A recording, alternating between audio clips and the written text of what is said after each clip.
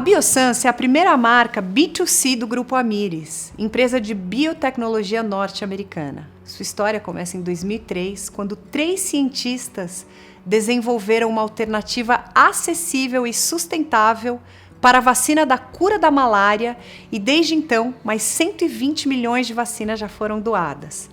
Inspirados a continuar usando a biotecnologia inovadora para causar um impacto positivo no mundo, a empresa se voltou para os cuidados com a pele. Para conhecer mais sobre os produtos, acesse www.biossance.com.br. Com Biossance, o futuro é limpo e sustentável. Todos nós temos direito a cuidados de saúde sexual e reprodutiva, independentemente da nossa identidade de gênero. Foram anos sonhando com esse momento, imaginando como seria, como eu me sentiria. Realizei o sonho de ter a minha própria família na nossa condição, dos quais muitas pessoas falaram que eu era errado. Mas errado por quê? Por eu ser quem eu sou? Por eu existir? Para a nossa felicidade e a do nosso filho, somos capazes de tudo. No programa de hoje, estamos com a Érica Fernandes, uma mulher trans que é casada com um homem trans, o Roberto. Juntos, eles realizaram o sonho de serem pais com o nascimento do Noah. Érica começou seu trabalho nas redes sociais, falando sobre a sua transição e seu dia a dia como uma mulher trans. Foi convidada a participar de diversos programas televisivos, o que a deixou ainda mais em evidência e com um público fiel. Além disso, ela também é engajada e realiza lives em seu Instagram com pautas que envolvem o público LGBTQIA+. Érica vai contar todos os desafios que enfrentou nesse processo e como sua linda família se tornou referência no assunto. Tudo bem, Érica? Tudo bem. Tá tensa? Um pouquinho. Por quê? Você já foi em tantos programas. Mas sempre tem aquele friozinho na barriga, né? Quando a gente vai pro novo, assim. Eu tô tão feliz de ter você aqui para falar de um tema tão necessário e pertinente, Érica. Fiquei maluca quando eu li a sua pauta. Liguei pra Malu, diretora do programa, falei, melhor história que nós vamos fazer. Tô muito feliz mesmo, porque, como eu te disse, aqui é um programa que a gente abraça todos os modelos e formas de amor. Obrigada por me trazer aqui. É muito importante, né, darmos vozes a pessoas trans. Total. Né, a nos conhecer mais, tirar aquela mistificação, aquele marginalismo que as pessoas têm sobre a gente. Total. Érica, você ficou conhecida nas redes quando você começou a compartilhar sobre a tua transição. Conta como é que foi esse processo. Tarde, eu acho um pouquinho tarde, né, meu começo de transição. Eu comecei aos 23 anos. Na verdade, dei início aos 18. Aos 18 anos eu me identifiquei com uma pessoa trans. Primeiro me assumi 2 vezes, né? Primeiro como homossexual, né? Como uma pessoa gay. E depois eu vi que eu não era um homossexual, não era um gay. Eu era uma mulher. Você se olhava no espelho como um homem, mas falou, nasci com o corpo errado, eu quero ser mulher. Sim, é tipo aquela pressão da sociedade, né? De que você tem que ser aquilo. E eu venho de uma família evangélica, eu fui coroinha na igreja, servi a igreja por alguns anos, eu dei aula de catequese. Então, vem toda nessa construção, né, social e religiosa. Mas quando você era criança, por exemplo, você já não gostava de jogar de futebol e brincar de boneca, ou você foi... Sim. Na escola, minha mãe recebia cartinhas porque eu não queria brincar de futebol na educação física. Eu queria jogar queimado com as meninas, eu não gostava de brincar com os meninos. Tá. E eu lembro uns momentos de quando eu era criança, acho que com 7 anos, eu sempre ajoelhava, né, ao pé da cama para orar, fazer meus pedidos, meus agradecimentos. Como eu falei, a gente vem de uma família evangélica, né, religiosa. E eu lembro que eu pedia, eu orava, ajoelhava e falava, Papai do céu, amanhã eu quero acordar de cabelo grande, igual uma menina. E aí você começou a fazer essa real transição aos 23, que você mostrou, você acabou colocando seios, tomando hormônios, tudo que uma transição demanda. Sim, não é algo necessário, né? Tipo, ter peito, cabelo grande, nada disso envolve uma feminilidade. Não, é a cabeça. Sim, a cabeça, o coração ali. Eu fui porque eu queria mesmo ter, né? Coloquei meu silicone, passei pelo todo o processo de transição, de hormonização, de acompanhamento médico, até chegar no meu hoje, assim, que eu tanto desejei. Érica, como é que você e o Roberto, seu marido, se conheceram? A gente se conheceu através do Instagram. Ah, é? Uhum. Tipo, paquera então, virtual. eu tava saindo com um menino que ele seguia. Uma vez ele postou um story comigo E daí o Roberto começou a me seguir. Aí, mas ele não mandou mensagem, nada, ele só começou a me seguir. Depois eu terminei com o menino, né? A gente parou de ficar com o menino que eu tava ficando. Postando stories sozinho, o Roberto foi e mandou mensagem pra mim. Falou, e aí, tudo bem? Sei o quê. Você é solteira? Tá solteira? Eu falei, tô sim. A gente pode conversar? E pronto, aí começou. E ele já tinha também transicionado? Sim, ele já tinha transicionado. Érica, a gente sabe que infelizmente a sociedade é muito preconceituosa. E eu sei que você e o Roberto são bem ativos no combate a esse preconceito, né? Como é que vocês lidam com isso? É bem difícil. A gente recebe haters, ódios de todos os lados. Agora, durante a nossa gestação também, passei por momentos bem difíceis, assim. Eu cheguei a quase entrar em depressão. Às vezes eu bloqueio, às vezes eu não bloqueio. Eu deixo lá, eu tento absorver, sabe? Deixar passar. O mais importante no núcleo familiar de vocês, como é que é? É receptivo? Como é que é com a tua família, a família do Roberto? É maravilhoso. A minha mãe ama mais o Roberto do que a minha. Então pronto, então tá tudo certo. Pois é, assim, como a gente tem um apoio familiar, a nossa família é a base de tudo. Então, se a nossa família nos apoia, nos acolhe, o mundo lá fora não é nada, sabe? Tipo, a gente consegue combater mais fácil todo o preconceito, todo esse ódio, sabe, que vem de fora. Você sempre queria ser mãe, comentava com o Roberto esse teu desejo. Como é que foi o processo, desde a decisão de vocês terem o filho até a realização do sonho? O Roberto sempre sonhou em ser pai, eu sempre sonhei em ser mãe, porém ele não queria gestar, né? Por ele achar que a gestação remete muito ao feminino, né? A feminilidade. Por ele ser um homem trans, né? Mesmo que antes ele foi menina para chegar a se tornar um homem, né?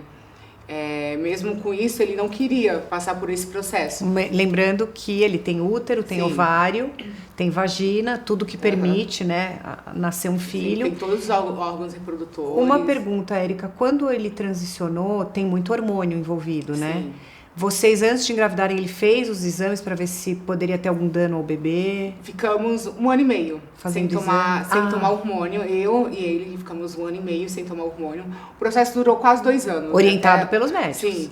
A gente fez acompanhamento com a nossa endócrina, a gente passa com a mesma endócrina. Ela foi orientando, fizemos exames, ele fez ultrassom pra ver como é que tava os ovários, como é que tava o útero. Nisso você já tinha conseguido convencer ele? Eu já tinha dado uma convencida, porque até então a gente tava querendo adotar e a gente ainda tem esse desejo de adotar. Só que eu falei, por que não, né? A gente não gerar um nosso, assim, já que a gente tem essa possibilidade, né? A gente tem a possibilidade de uma nova família. Por que não a gente não gerar? Daí a gente passou por todo o tratamento, acompanhamento, eu fiz espermograma, que é a contagem de esperma, pra ver se tava tudo ok, se eu tinha o suficiente para conseguir. Todos os exames. A gente fez todo o acompanhamento, todo o exame. E acho que depois do quarto período menstrual dele, aí aconteceu. Porque ele não menstruava mais pelos hormônios? Tinha 7 anos que ele não menstruava mais. E daí a gente pausa dos hormônios. Eu tenho 5 anos de transição, ele tem 7. Tá. Então, tipo, eu achei que eu já estava atrofiada, ele também poderia estar com os órgãos atrofiados, os reprodutores. E daí a gente fez esse acompanhamento e viu que estava tudo ok. E no quarto ciclo menstrual dele, a gente conseguiu dar rumo ao nosso sonho. Vocês optaram pelo método tradicional, sim, né? Obviamente. Sexo, e deu tudo certo. Não, porque a gente fala de filho, barriga de aluguel, né? Então, aí pelo método mais antigo, mais barato. Deu tudo certo. Como é que o Roberto... Tudo bem, você já tinha convencido ele, vocês tiveram acompanhamento médico, mas na hora que você vê o positivo ali, né? Como é que ele reagiu, né? E como é que foi para ele saber que ele ia passar por essa gestação? Conta desse processo pra gente. Olha, uma coisa, a gente da teoria aqui, né? Falar, brincar, desejar. Quando a coisa realmente acontece... Eu tava notando umas coisas estranhas no Roberto. Uma hora ele tava muito amorzinho, outra hora ele tava um ódio. Uma hora ele me queria por perto, outra hora ele já me chutava, sai de perto de mim, não me encosta. E daí ele começou uns desejos de comer coisa azeda. Falei, não, tem alguma coisa estranha aí. Aí eu falei, peraí, eu vou fazer... Como eu sempre vivi em meio de mulheres, né? Morei com minha avó, na casa da minha avó era mais 3 mulheres, mais 3 tias. Então eu sempre via as conversas, né, esse meio. Falei, não, tem alguma coisa de estranha aí, algo de errado não tá certo. Aí eu fui na farmácia, comprei um teste e deixei na pia, assim, do lado do vaso, né? Eu falei, quando ele for no banheiro, ele vai já olhar. Acho que 2 dias depois foi que ele foi fazer o teste. Quando ele quando ele fez o teste, ele desceu as escadas de casa correndo, assim. Isso aqui é mentira, tá errado, tá quebrado isso aqui é mentira. Eu falei, o quê? Olha isso daqui. Quando eu olhei, tipo, tava positivo lá no teste. Eu gelei assim, eu fiquei, será que eu torço pra dar errado mesmo ou pra dar certo? Aí a gente, no dia seguinte, fomos fazer o beta-HCG. E com 2 dias pegando o resultado positivo. E ainda pra nossa surpresa, já tava com quase 3 meses de gestação. Tá brincando? Já tava com quase 3 meses de gestação e a gente não sabia. Na contagem de beta-HCG deu lá. Como é que foi a gestação do Roberto? Foi bem tranquila. Tranquila? Foi bem tranquila. Acompanhada? Porque os médicos chegaram a achar que poderia ter alguma coisa por causa dos hormônios ou não? Não. Como a gente fez todo um acompanhamento antes, a gente fez o pré-natal também bonitinho. Lá mesmo onde a gente fez nosso endócrino, nosso acompanhamento hormonal, a gente conseguiu o pré-natal também. Então toda a equipe médica estava preparada, né, com a gente, com pessoas trans. Érica, vocês não procuraram uma clínica particular, vocês tiveram todo o acompanhamento pelo SUS. Isso, foi tudo pelo SUS. O SUS como é que foi esse acolhimento para um casal trans? Eles foram bacanas? O atendimento superou as expectativas? Como é que foi? Um ambulatório trans, que tem geralmente algumas partes da cidade. E lá, tipo, você chega uma pessoa trans, né, faz uma ficha, preenche uma ficha, vê se tem vaga, porque é por vagas também, para acompanhamento de pessoas trans, ainda é limitado esses acompanhamentos. Então você vai, faz uma ficha, se tiver vaga, você fica lá naquele, ou então eles te encaminham para algum mais próximo, na sua residência, que você possa fazer também essa ficha e passar por esse acompanhamento. Contar a nossa realidade, né? Que pode não ser a realidade de outros casais trans que a gente viu, que não foram respeitados, com o nome social. Já com o nosso caso, como a gente fez o tratamento dentro do ambulatório trans, onde a gente faz o nosso acompanhamento hormonal, a gente teve todo o acolhimento, todo o respeito que a gente mereceu, tudo bonitinho, a gente não sofreu nenhum tipo de preconceito, nenhuma transfobia. Enquanto o Roberto estava gestante, ele tinha as feições masculinas, a barba. E como é que era a reação das pessoas? Era engraçado porque as pessoas acho que não imaginavam, né? Tipo, que ele estava grávido. Ou era uma barriga de chope, ou era algum tipo de doença. Alguma hérnia, não sei, alguma coisa. Mas imaginar que ele estava grávido, acho que não passava na cabeça de ninguém. Bom, agora vamos falar de um tema que eu tenho certeza que é de interesse e curiosidade, porque até em mim isso gerou curiosidade. Obviamente, desde o primeiro dia você ficou muito preocupada com a saúde e o bem-estar do teu filho. E aí você foi pesquisar como que uma mulher trans, no seu caso, poderia amamentar um bebê. A Érica sempre teve a glândula mamária, como todos nós, homens e mulheres, e você tem uma prótese de silicone, que não quer dizer nada, que não impede nem facilita a amamentação, porque várias mulheres têm silicone. Só que quando o Roberto transicionou, ele fez uma mastectomia e ele já não queria amamentar. Ele retirou as mamas. Então também não tem a glândula mamária. Tem algumas, mas como ele fez a mastec, mexe no mamilo, ele acaba os dutos foram danificados, então não e no sai. caso você tem. Aí eu queria saber qual o tratamento que você fez, porque você conseguiu realizar o sonho de amamentar. Sim. Isso é muito importante a gente falar aqui, porque você não é a primeira mãe que não gestou, que amamentou. E também não sou a primeira mulher trans a amamentar. Então conta pra gente esse processo, Érica. Sobre a questão da prótese, não impede realmente nada, depende do método que foi colocado. Como eu acabei de falar, se mexeu na auréola, corre o risco de danificar os dutos, então aí impossibilita de você conseguir amamentar. Tanto uma pessoa trans como uma mulher cis impossibilita. Mas o meu foi aquele método que vai por baixo, então só danificou alguns tecidos mamários, mas não os dutos. E eu tive um histórico, né, de lactação no meu início de transição.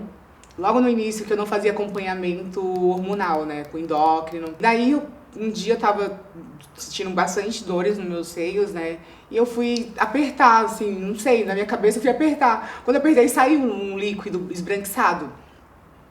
E tipo um colostro. E na época eu falei, o que será isso? Aí todo mundo ficou, não, é porque você tá tomando hormônio demais, cuidado, que isso daí é câncer, que não sei o quê. Só um parênteses, quando você começou o tratamento para poder amamentar, também orientada pela médica do SUS? Sim, não, a amamentação foi orientada por um médico particular. O que você falou pra ele? Você falou, eu quero amamentar, meu marido tá gestando.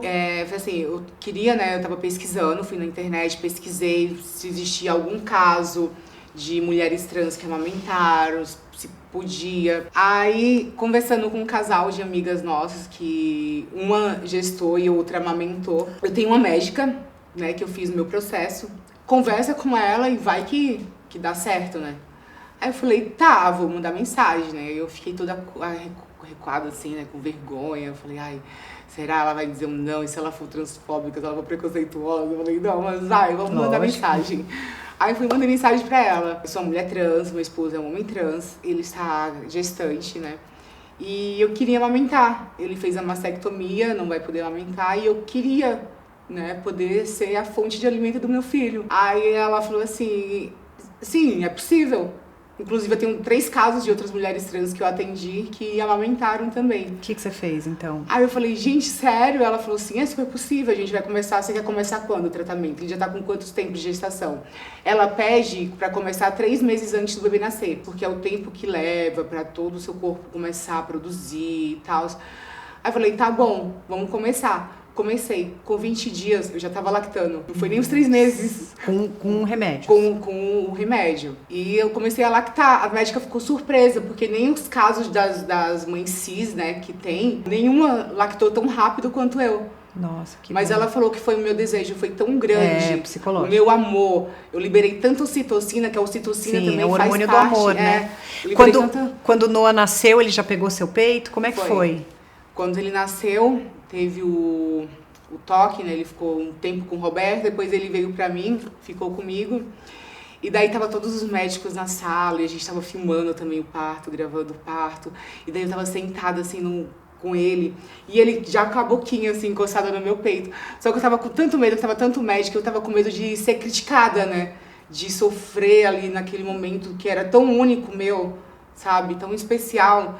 Que eu tava com medo de alguém, de algum médico, alguma enfermeira olhar torto pra mim, olhar feio. Só que a gente foi acompanhado por uma doula também, a gente teve dolagem. Ela olhou pra mim, parece que ela sentiu, ela falou, pode pôr ele no seu peito. Aí eu, posso? Ela, pode pôr. Aí eu coloquei. Ele pegou na mesma hora, a sucção dele foi maravilhosa, Nossa, ele que sugou. demais. A médica ficou surpresa também, falou, nossa, era pra ser. A história de vocês ficou tão conhecida que vocês participaram de um documentário, né, para compartilhar ainda mais o dia a dia de vocês. Como é que foi participar desse projeto, Érica? Ah, foi lindo mostrar a nossa realidade, né, a nossa vida, o nosso dia a dia, o nosso momento, a nossa família, a nossa construção. Muito legal mesmo. Foi muito, muito maravilhoso mostrar para as pessoas, dar esse entendimento, né, para as pessoas pararem de ser tão ignorantes, né? Porque eu acho que a maior parte do preconceito vem da ignorância. Porque é mais fácil você só apontar e criticar algo que você não entende, que você não gosta, do que você procurar entender. Né? Acho que as pessoas têm uma certa dificuldade de ir lá pesquisar. Porque hoje em dia tem tanta fonte de informação. Estamos aqui trocando informações. A gente pode dar um clique lá e achar tanta informação, mas para algumas pessoas parece ser tão difícil, né? Então acho que o preconceito, a maior parte do preconceito vem dessa ignorância das pessoas. Total. O Noah tá com quanto tempo? 3 meses. 3 meses. Do momento que vocês decidiram realizar esse sonho que o Roberto engravidou até agora, né? O que você apontaria como a maior ou as maiores dificuldades que vocês já enfrentaram, Érica? Não é fácil ser mãe. É bem difícil. Eu achei que, sabe, as pessoas romantizavam tanto o parto. Foi bem, sabe, tipo, eu via a dificuldade que o Roberto tinha. Teve tipo, parto de normal? lidar, foi normal. Que legal. Tanto, sabe, tipo, de lidar com o parto, com aquela... E ainda ele tá passando por puerpério, né? tem a fragilidade, né? E daí foi uma frase que a nossa doula falou, que ele não estava sendo frágil naquele momento. Ele estava no momento mais forte da vida dele, que ele estava gerando outra vida. Esse é o momento mais forte de um ser humano, não é um momento de fragilidade. Depois também que o Noah nasceu, tem a parte de ser mãe, né? Eu fiquei com a parte de amamentar, passar algum dia sem tomar banho, uma semana sem lavar o cabelo, sabe? Foram muitas coisas. E os filhos chegam pra ensinar, né? E foi bem difícil, sabe? Tipo, pra você que tem uma vida ativa, que você é independente, que você, sabe, faz tudo, de repente chega uma pessoinha que é o seu chefe. É verdade. É o seu chefe. É o seu chefe. Érica, você acabou de mencionar aqui que vocês querem adotar. Vocês pretendem ter mais filhos. Pela adoção ou como vocês fizeram agora? A gente ia fazer uma cirurgia tanto eu quanto o Roberto, né, que ele ia tirar o útero, eu ia tirar o testículo, que a gente não pensava mais em ter filho. Porém, a gente decidiu dar mais um tempo, né? Até para organizar as ideias. Vai que, né, novamente a gente mude de ideias e, né, vem um irmão pro Noah aí, mais outro biológico nosso. Como é que vocês já pensaram nisso, como casal, em abordar a história do Noah para ele? A gente não vai mentir em nenhum momento, nem tem o porquê, né, de a gente esconder nada, tanto que nossa vida tá sendo pública. Vai ser algo, tipo, que a gente tava comentando esses dias, nossa, a gente registrou tanta coisa que eu queria que minha mãe tivesse registrado, sabe? Ele vai ter tanta coisa registrada, né, tipo... E a gente vai esperar, né, certa fase pra ele entender, pra gente começar a preparar ele, não pra gente, escolinha pro mundo, também, né? Érica, o que você diria para pessoas que, assim como vocês, enfrentaram toda uma sociedade preconceituosa para serem felizes? Quando a gente assume nossa transição, a gente bate um decreto também de privilégios. Tipo, a sociedade nos tira a família, quando a gente se assume trans, né? Eles nos tiram a família, nosso direito à saúde, nossa educação. A sociedade só empurra a gente para os piores lugares que tem, né, da sociedade. Elas nunca querem ver a gente em algo que a gente esteja se dando bem. Não entendo qual o motivo, né, disso, mas que nunca desistam, sabe? E estamos aqui lutando para os próximos que virão. Claro. E virão, como as de antigamente também. Como seus netos também. Pois é, as outras pessoas transgêneras que lutaram. Porque assim, Érica, tem coisas que a gente controla e coisas que a gente não controla. O que a gente controla? Como a gente vai agir dentro da nossa casa, com a nossa família, o que a gente vai falar para os nossos filhos. Só que, infelizmente, o comportamento alheio a gente não controla. Então, hoje a minha filha tem 12 anos. Ela veio ao meu oposto. Eu sou medrosa, insegura, chorona. Ela é forte, corajosa, destemida. Então... Sabe que você contou, que a médica falou pra você que você teve leite muito mais rápido que muito... Eu acho que a cabeça também, por exemplo, eu fiquei tão preocupada da minha filha ser massacrada, dela ser... E aquilo que a gente falou no começo da entrevista, vergonha do quê? Por que não pode? Por que eu quero gestar sozinha? Eu posso. Vocês quiseram ter um filho? Cadê a regra que fala que não pode? Sim. Então, acho que transcender, romper essas barreiras da sociedade vai ser uma missão de pessoas como vocês, como eu, como 2 homens, como 2 mulheres. Então, é muito importante... a gente falar, já vou avisar aqui, quem meter o pau, quem criticar esse episódio, vou bloquear e vou excluir do canal, tá? Porque aqui a nossa missão é propagar as formas de amor e de maternidade. Então já tô avisando que quem falar qualquer coisa eu vou excluir do canal. Érica, eu poderia ficar horas conversando com você, porque assim, o que de mais legal eu faço nesse programa é ajudar as pessoas que precisam, com filhos que têm alguma deficiência, precisam de doação, e pulverizar as formas de amor. Então, não te conhecia, virei sua fã. Acho lindo que você foi até o fim com o seu desejo legítimo, contra tudo e todos, porque o que importa no fim é o amor que a gente tem para dar. Tanto você pro Noah, eu pra Vitória. Qual é o significado de amor para você, Érica? É o Noah. Hoje eu sei o verdadeiro significado de amor, é o meu filho. Érica, muito obrigada. Parabéns para você e para o Roberto por propagarem e difundirem as formas de amor. Estou muito feliz que eu te recebi aqui hoje. Você ganhou uma fã. Acho linda a tua história, que vocês consigam aí seguir esse sonho de formar essa família feliz e cheia de amor. Pena que você não trouxe o Roberto. Eu não adoraria ter falado com ele, mostrado o teu filho, mas a gente vai mostrar imagens. Já deixou o Instagram da Érica aqui. Obrigada, Érica. Obrigada mesmo. Nós estamos gravando em agosto, então desejo para o Roberto um feliz Dia dos Pais. Mês dos Pais. Obrigada. Sim, obrigada. Tá bom? Conta sempre com a gente. Obrigada, gratidão. Se você tem uma história de amor ou maternidade para contar, escreve pra gente no amarmaternidade@gmail.com. Estamos em todas as redes sociais e fazemos esse programa com amor para vocês. Ficou muito fácil se inscrever no canal. Você faz um login, inscrever-se, tá inscrito. Tô te esperando no próximo programa. Tchau!